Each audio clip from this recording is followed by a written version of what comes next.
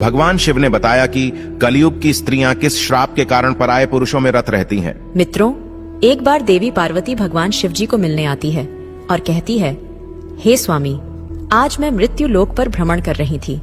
तब मैंने देखा कि कई स्त्रियां अपने पति को धोखे में रखकर पराये पुरुषों में रत रहती है। हे प्रभु, मैं जानना चाहती हूँ वह कौन सा शाप स्त्रियों को कलयुग ने दिया था, जिस कारण से स्त्रियां आज उन्मत्त होकर जी रही हैं, हर दूसरी स्त्री पति या पिता को धोखे में रख रही है तथा स्वेच्छाचारिणी बन रही है। हे प्राणनाथ, कृपा करें और मेरी इन आशंकाओं को दूर करें। तब मित्रों, भगवान शिव कहते हैं, हे देवी पार्वती, आज आपने जो कलयुग की स्त्री के विषय में प्रश्न किए हैं वह एक अटल सत्य है। यह कलयुग के कली पुरुष का शाप है, जिसकी कथा मैं आपको आज सुनाता हूँ। हे देवी, जो भी मनुष्य इस कथा को पूरा ध्यान से सुनता है वह अपने जीवन साथी को कभी धोखा नहीं देता है तथा उन्हें मन चाहे जीवन साथी की संगत प्राप्ति होती है और समय के साथ साथ उनके प्रेम में वृद्धि होती है। हे देवी पार्वती, मेरा आपसे निवेदन है, आप इस कथा का श्रवण और प्रसार अवश्य करें ताकि हर एक पति पत्नी के बीच प्रेम और स्नेह की कभी कमी ना हो और वे हमेशा एक दूसरे के प्रति एक निष्ठ काम भाव रखें।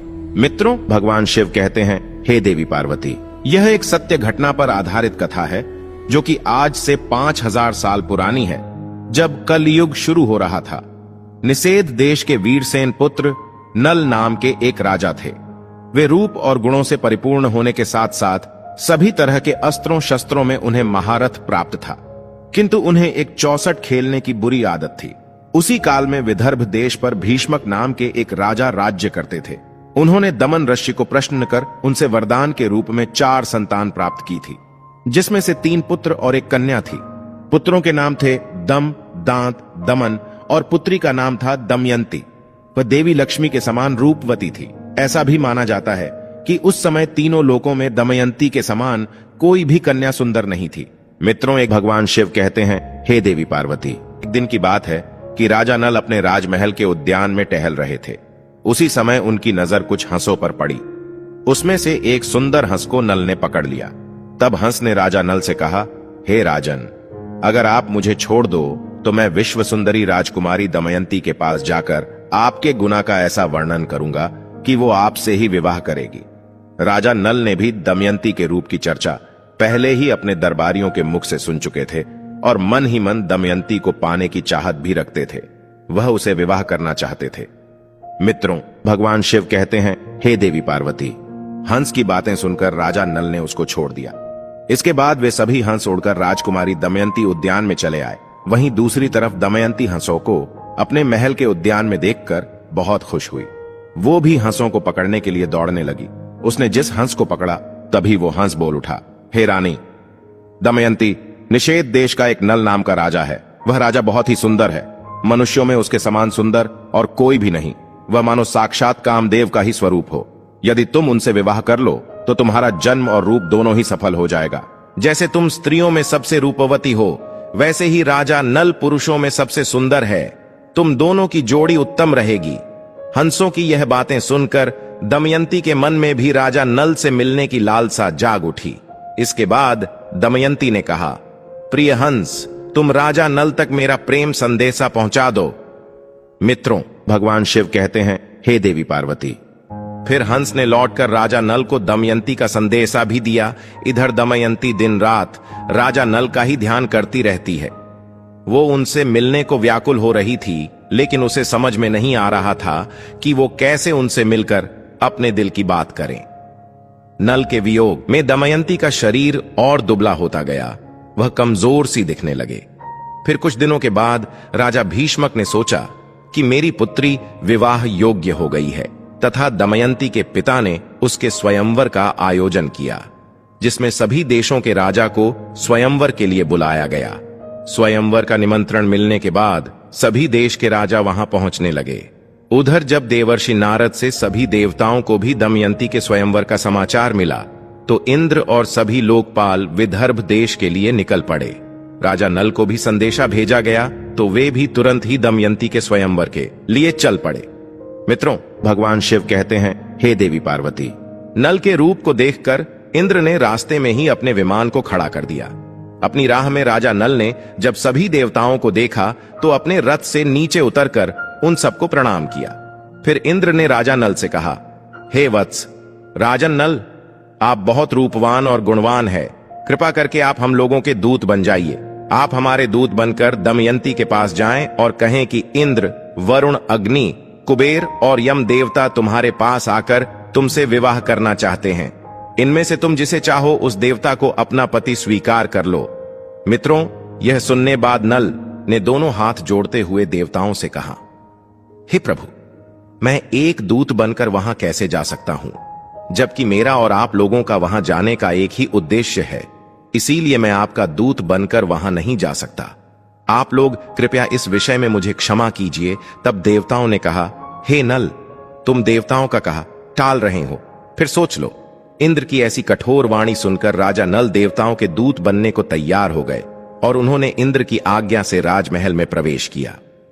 तब दमयंती और उसकी सहेलियां भी नल के रूप को देखकर मुग्ध हो गईं और शर्म के मारे कुछ न बोल पा रही थी। तब नल ने कहा, मैं यहाँ देवताओं का दूत बनकर आया हूँ। हे दमयंती, स्वर्ग के देवता तुम्हारे साथ विवाह करना चाहते हैं।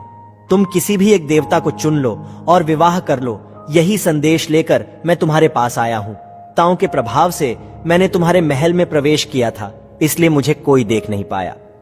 मैंने तुमसे देवताओं का संदेश कह दिया है। अब तुम्हारी जो इच्छा हो वो करो।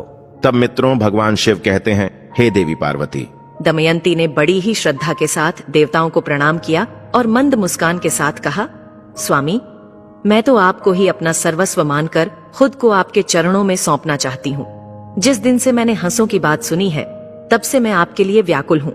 आपके लिए ही मैंने राजाओं की भीड़ इकट्ठी की है। यदि आप मुझ दासी की प्रार्थना अस्वीकार कर देंगे तो मैं जहर खाकर मर जाऊंगी। दमयंती के मुख से ऐसी बातें सुनकर राजा नल ने कहा, हे देवी, जब बड़े बड़े लोकपाल देवता आपसे विवाह करना चाहते हैं तो फिर आप मुझ मनुष्य से क्यों वरण करना चाहती हैं? मैं तो इन देवताओं के चरणों की धूल के बराबर भी नहीं। आप उन्हीं में से किसी एक से विवाह कर लीजिए। देवताओं का अप्रिय करने पर इंसान की मृत्यु भी हो सकती है। अतः आप मेरी रक्षा करें और उनका वरण कर लें। नल की यह बात सुनकर दमयंती घबरा गई। उसकी आंखों से आंसू छलकने लगे और वह मंद स्वर में बोली, मैं आपको वचन देती हूँ कि मैं आपको ही पति के रूप में वरण करूंगी। तब राजा नल ने कहा, परंतु इस समय मैं यहाँ देवताओं का दूत बनकर आया हूँ। अगर इस समय मैं अपने स्वार्थ की बात करने लगूं तो ये बात सही नहीं होगी। मैं तुमसे विवाह कर सकता हूँ, लेकिन जब वे धर्म के विरुद्ध ना हो। तभी राजकुमारी बोली, इसके लिए मेरे पास एक उपाय है। उसके अनुसार काम करने पर आपको दोष भी नहीं लगेगा और हमारा विवाह भी संपन्न होगा। उपाय यह कि आप सभी लोगों के साथ स्वयंवर मंडप में आए और मैं आपको ही वरमाला डाल दूंगी। मित्रों, भगवान शिव कहते हैं, हे देवी पार्वती। राजा नल वापस देवताओं के समक्ष पहुंच गए और देवताओं के पूछने पर उन्होंने बताया कि वे रानी के पास तो दूत बनकर गया था, लेकिन वो और उसकी सखियां सभी मुझ पर मोहित हो गईं और आप लोगों के प्रस्ताव को उनके सामने रखने के बाद भी वे मुझे ही वरण करने पर तुली है। कुछ समय बाद स्वयंवर की घड़ी आ ही गई। राजा भीष्मक ने सभी को स्वयंवर सभा में बुलाया। सभी राजा अपने अपने स्थान पर आकर बैठ गए। तभी दमयंती भी आ गई। सभी राजाओं का परिचय दिया जाने लगा। वह उन्हें देख आगे बढ़ने लगी। तभी इसी कतार में दमयंती को एक ही स्थान पर नल के समान हूबहू दिखने तथा वैसे ही वेशभूषा वाले 5 राजकुमार खड़े दिखाई दिए। तब वह हैरान हो गई और मन ही मन विचार करने लगी कि इन 5 में से राजा नल को कैसे पहचानूं। तभी वो समझ गई कि ये देवताओं की माया है और अंत में दमयंती ने निश्चय किया कि इस समस्या से बाहर निकलने के लिए वो देवताओं से ही सहायता मांगने लगी और अपने हाथ जोड़कर देवताओं की स्तुति करने लगी और कहने लगी, हे देवताओं, हंस के मुंह से नल का वर्णन सुनकर मैंने उन्हें ही पति के रूप में वरण कर लिया था और उसी को पाने के लिए मैंने ये स्तुति शुरू की है। कृपा करें आप लोग अपने साक्षात रूप में प्रकट हो जाए, जिससे मैं राजा नल को पहचान सकूं। देवताओं ने प्रसन्न होकर उसे ऐसी शक्ति दी जिससे वह देवता और मनुष्य में अंतर कर सके। तत्पश्चात वह राजा नल के गले में माला डालकर उसका वरण कर लिया। मित्रों, भगवान शिव कहते हैं, हे देवी पार्वती, स्वयंवर पूरा होने के बाद देवता वापस स्वर्ग की ओर जा रहे थे। उस समय उनकी मार्ग में ही कलयुग और द्वापर से भेंट हो जाती है। तब इंद्र ने पूछा, कलयुग कहां जा रहे हो? तब कलयुग ने कहा, मैं दमयंती के स्वयंवर में उससे विवाह करने के लिए जा रहा हूं। फिर इंद्र ने बताया, अरे स्वयंवर तो कब का पूरा हो गया। दमयंती ने नल का वर्णन कर लिया है, हम लोग तो बस देखते ही रह गए। यह सुन कलयुग बोला, यह तो अनर्थ हो गया। उसने देवताओं का घोर अपमान किया है, इसीलिए उसे इस अपराध दंड अवश्य मिलना चाहिए। तभी देवताओं ने कहा, दमयंती ने हमारी आज्ञा प्राप्त करके ही नल को वर्णन किया है। हे कली, वास्तव में नल सर्वगुण संपन्न और उसके योग्य वर है। वे धर्म के बड़े ज्ञाता भी हैं, इसीलिए उसको श्राप देना पुण्यवान ब्राह्मण को नरक में गिराने के समान है, जो कि एक महापाप है। मित्रों, भगवान शिव कहते हैं, हे देवी पार्वती। ऐसा कहकर देवता आगे बढ़ गए, लेकिन कलयुग और द्वापर इसी विषय पर बात कर रहे थे। कलयुग ने द्वापर से कहा, मैं अपना क्रोध शांत नहीं कर सकता, इसीलिए मैं नल के शरीर में निवास करूंगा और उसे मैं राजविहीन कर दूंगा। उस स्थिति में वह दमयंती के साथ नहीं रह सकेगा। उसे 64 का बड़ा शौक है, इसीलिए तुम भी 64 के पासों में प्रवेश करके मेरी सहायता करना। और द्वापर ने भी उसकी बात मान ली। इसके बाद द्वापर और कलयुग दोनों ही नल की राजधानी गए, लेकिन कली को नल के शरीर में प्रवेश करने का कोई मार्ग नहीं मिल रहा था। वो सिर्फ एक अवसर चाहता था, नल के शरीर में प्रवेश करने का। इसी तरह समय बीतता गया, लेकिन कलयुग कुछ न कर पाया। फिर 12 वर्ष पश्चात एक दिन राजा नल संध्या के समय लघुशंका से निवृत्ति होकर बिना हाथ पैर धोए भोजन करने को बैठ गए। यह अपवित्र अवस्था देखकर कलयुग उनके शरीर में प्रवेश कर गया। वहीं कलियुग दूसरा रूप धारण कर उनके भाई, जो अलग रहकर अपना राज्य चलाते थे, पुष्कर के पास गया और उसने कहा, तुम नल के साथ 64 खेलो, मैं वचन देता हूं। मैं निश्चित रूप से उसका राज्य जिताने में तुम्हारी मदद करूंगा। पुष्कर ने कलयुग की बात मान ली और नल के पास शीघ्र ही चला आया। जब पुष्कर ने राजा नल को जुआ खेलने के लिए ललकारा तो राजा नल दमयंती के सामने उसकी ललकार सह न सके। मित्रों, भगवान शिव कहते हैं, हे देवी पार्वती। राजा नल ने 64 खेलने का निश्चय किया। फिर खेल प्रारंभ हुआ। उस समय नल के शरीर में कलयुग प्रवेश कर चुका था और पासों में ट्वापर था, इसीलिए नल जो कुछ भी जुए में लगाते वो हार जाते। प्रजा और मंत्रियों ने राजा को रोकना चाहा, लेकिन वे सब कुछ हारने तक नहीं रुके। जब मंत्रियों ने रानी तक राजा को रोकने का संदेश पहुंचाया, तब दमयंती ने राजा नल से कहा, हे स्वामी, आपकी सारी प्रजा आपके दुख के कारण अचेत हुई जा रही है। इतना कहकर दमयंती भी रोने लगी, लेकिन राजा नल कलयुग के वश में होने के कारण उसकी एक बात भी नहीं सुन रहे थे और जुआ खेलते रहे। द्वापर का पासों पर नियंत्रण था, इसलिए राजा नल जो भी पासे फेंकते थे उनके प्रतिकूल ही पड़ते। जब दमयंती ने यह सब देखा तो राजा नल के सारथी को बुलाकर बच्चों को रथ में बिठाकर कुंडीनगर को भेज दिया। इसके बाद पुष्कर ने राजा नल का सारा धन 64 में जीत लिया और बोला, क्या तुम्हारे पास दांव पर लगाने के लिए कुछ और भी है? अगर तुम दमयंती को दांव पर लगाने के लायक समझो तो उसे भी लगा सकते हो। बदले में मैं सब कुछ वापस लौटा दूंगा। लेकिन राजा नल ने दमयंती को दांव पर नहीं लगाया। मित्रों, 64 में सब कुछ हारने के बाद राजा नल और दमयंती जंगल जंगल भटकने लगे, तो उन्हें भोजन तक नसीब नहीं होता था। एक दिन राजा नल ने देखा कि कई पक्षी उनके पास आकर बैठ गए। उन पक्षियों के पंख सोने के समान चमक रहे थे।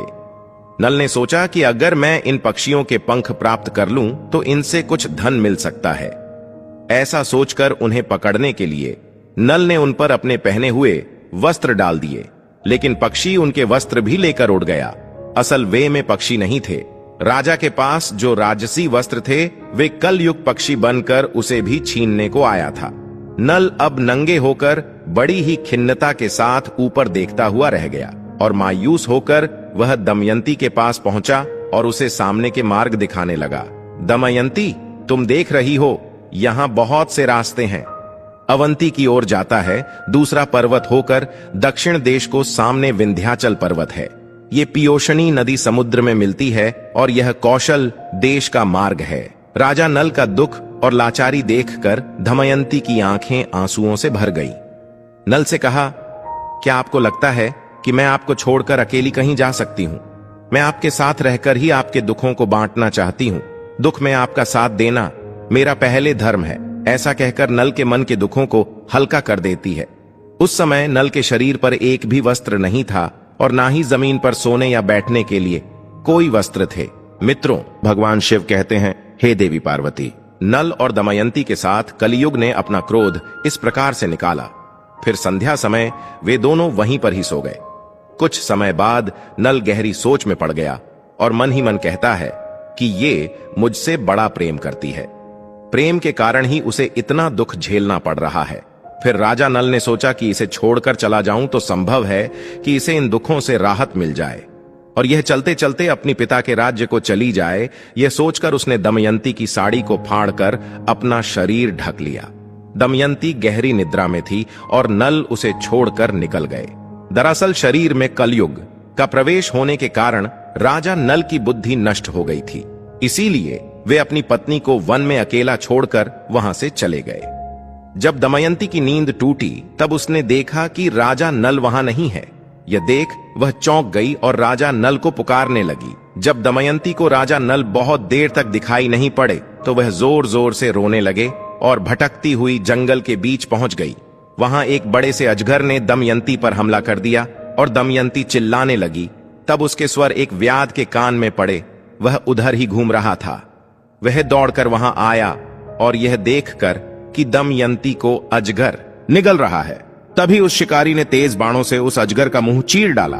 फिर उसने दमयंती को अजगर से छुड़ाकर सहारा देकर भोजन करवाया। तत्पश्चात तुम कौन हो? किस कष्ट के कारण इस निर्जन वन में भटक रही हो? ऐसा पूछा। मित्रों, दमयंती की सुंदरता चाल देखकर वह व्याध उस पर अत्यंत मोहित हो चुका था। वह दमयंती से मीठी मीठी बातें करके उसे अपने वश में करने की कोशिश करने लगा। दमयंती को उसके मन के भाव समझ गए। उसने ने उसकी वासना को बहुत रोकना चाहा, लेकिन जब वे किसी भी प्रकार से नहीं माना तो उसने उसे शाप दे दिया कि मैंने राजा नल के अलावा किसी और का भी चिंतन कभी नहीं किया, और अगर ये सत्य हो तो ये व्याध अभी भस्म होकर मर जाए, ये मेरा शाप है। दमयंती के इतना कहते ही व्याध के प्राण पखेरु उड़ गए। उसके मर जाने के बाद दमयंती इस निर्जन और भयंकर वन में खो चुकी थी। फिर रास्ते में मिले लोगों से पूछती हुई उत्तर की ओर बढ़ने लगी। भटकते हुए 3 दिन और 3 रात बीत गए और फिर वो अगले दिन शाम के समय राजा सुबाहु के राज्य में जा पहुंची।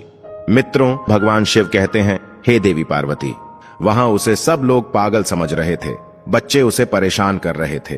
तभी उस राज्य की राजमाता की नजर दमयंती पर पड़ी। राजमाता ने अपनी दासी से कहकर उसे अपने पास बुलवा लिया और उससे पूछा, हे सुंदरी, तुम कौन हो और ऐसे घूमते हुए तुम्हें डर नहीं है? तब दमयंती ने कहा, मैं एक पतिव्रता स्त्री हूं, मैं कुलीन हूं और राजा की धर्म पत्नी हूं। तब रानी ने कहा, ठीक है, तुम महल में ही रह जाओ।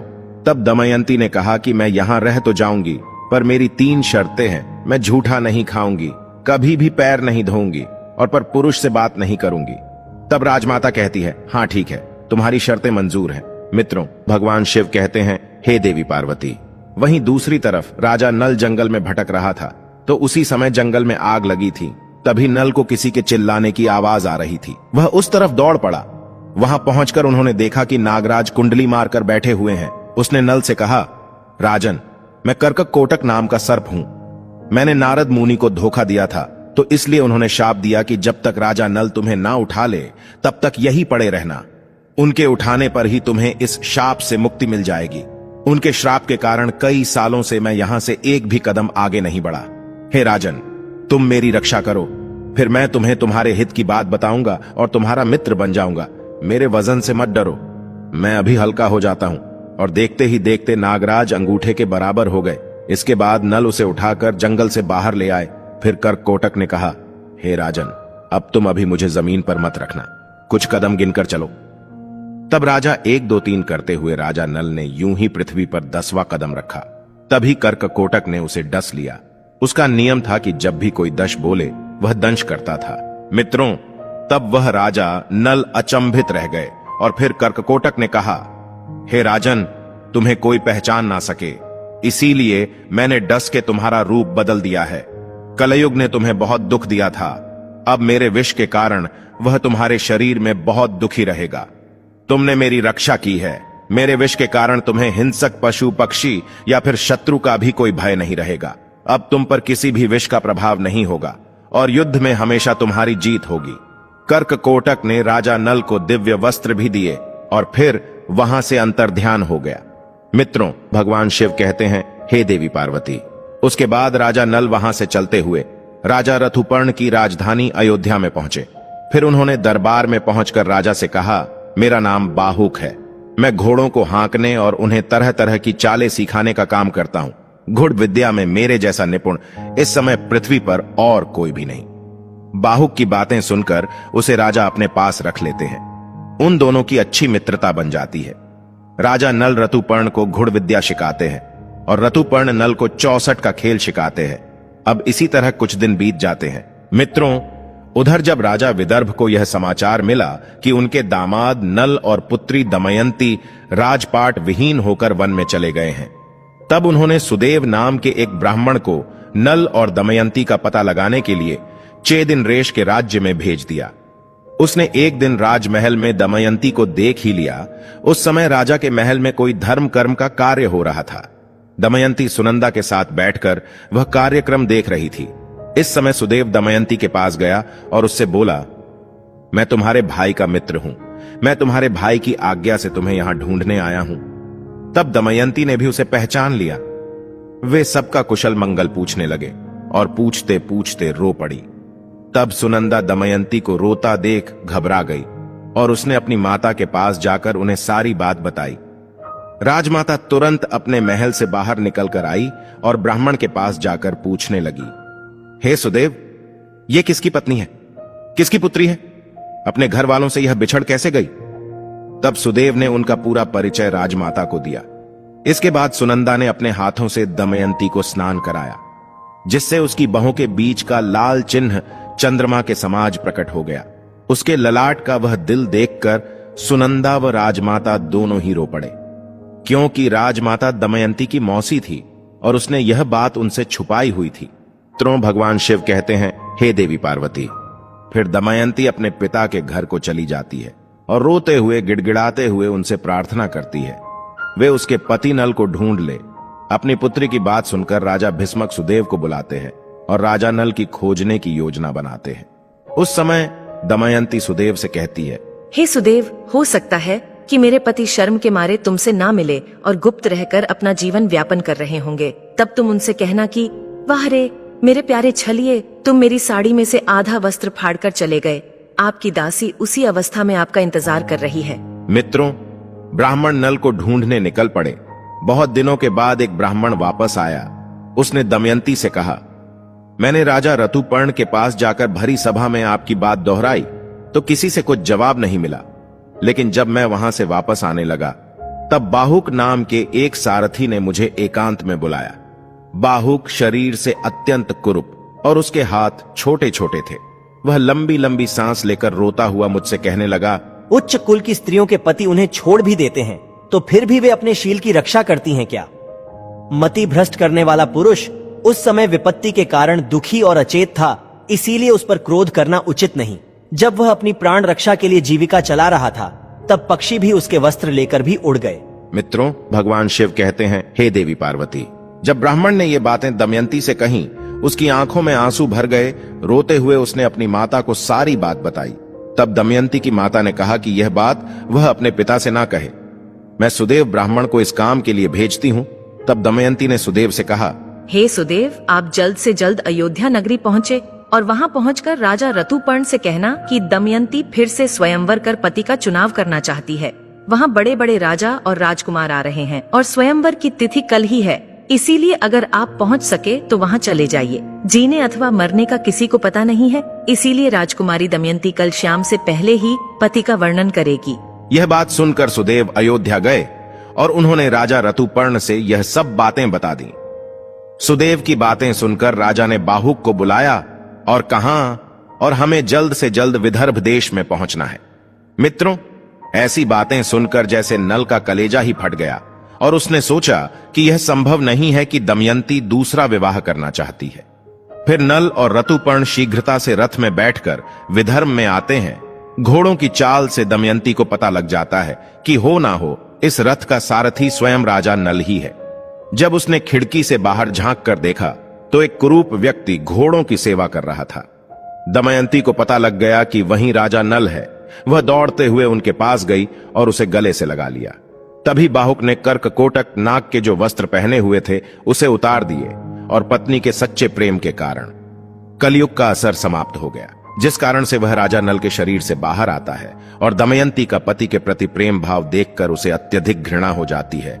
वहीं राजा नल भी अपने पूर्व रूप में वापस आ जाते हैं। मित्रों, भगवान शिव कहते हैं, हे देवी पार्वती, किंतु अभी भी द्वापर युग का काल थोड़ा शेष था, जिस कारण से कली नल और दमयंती को अपने वशीभूत नहीं कर पाया और उसने क्रुद्ध होकर दमयंती को शाप दिया कि हे दमयंती, आज तो तुम मेरे वशीभूत नहीं हो पाई, अपितु मैं कलयुग की नारियों को यह शाप देता हूं। मित्रों, भगवान शिव कहते हैं, हे देवी पार्वती, अब मैं आपके सारे प्रश्नों के उत्तर देता हूं जो कलयुग ने स्त्रियों को दिए थे। हे गौरी, कलयुग कहता है, ये स्त्रियां आलसी बन जाएंगी, देर से उठेगी, पति के साथ ही भोजन करेगी, वे अपनी पति से कभी भी संतुष्ट नहीं रहेगी और गुण अधिक धन की लालची बन जाएगी। अतः कलयुग में स्त्रियों का राज हो जाएगा। हर घर की पुत्र वधू काम के लिए घर से बाहर जाएगी, धन की प्राप्ति होने सवेचाचारिणी बन जाएगी, उन्हें पति से ज्यादा पराये पुरुष अधिक पसंद होंगे, वे सही समय पर विवाह नहीं करेंगी तथा स्त्री को जो मां बनने का वरदान मिला है उसका भी अपमान करेगी और स्वयं बच्चे को जन्म देना नहीं चाहेगी। हे पार्वती, कलयुग की स्त्री कम वस्त्र परिधान करेंगी, उनका प्रेम भी झूठा होगा, बाल कटवाएगी, ठीक से बच्चों और परिवार की परवरिश नहीं करेंगी तथा अपने घर के वृद्ध लोगों को घर से बाहर निकाल देगी। हे गौरी, कुंवारी कन्या जो कि स्वयं देवी का स्वरूप है, वह भी विवाह पहले गर्भवती हो जाएगी। उनका पूजा पाठ में मन नहीं लगेगा, केवल दिखावे के लिए ईश्वर की पूजा करेंगी। किंतु जो लोग धर्म का पालन करते हुए ईश्वर का नाम स्मरण करते हैं, उन्हें मुक्ति मिल जाती है। जो स्त्री पति और ईश्वर सेवा सच्चे मन से करती है, वह देवी समान पूजनीय रहेगी। उन पर मेरा आशीर्वाद सदैव बना रहता है। अगर यह कथा आपको अच्छी लगी तो कमेंट में जरूर बताएं, वीडियो को लाइक करें, परिवार के साथ शेयर करें और कमेंट में हर हर महादेव जरूर लिखें। साथ ही चैनल को सब्सक्राइब करें। आप सभी का धन्यवाद।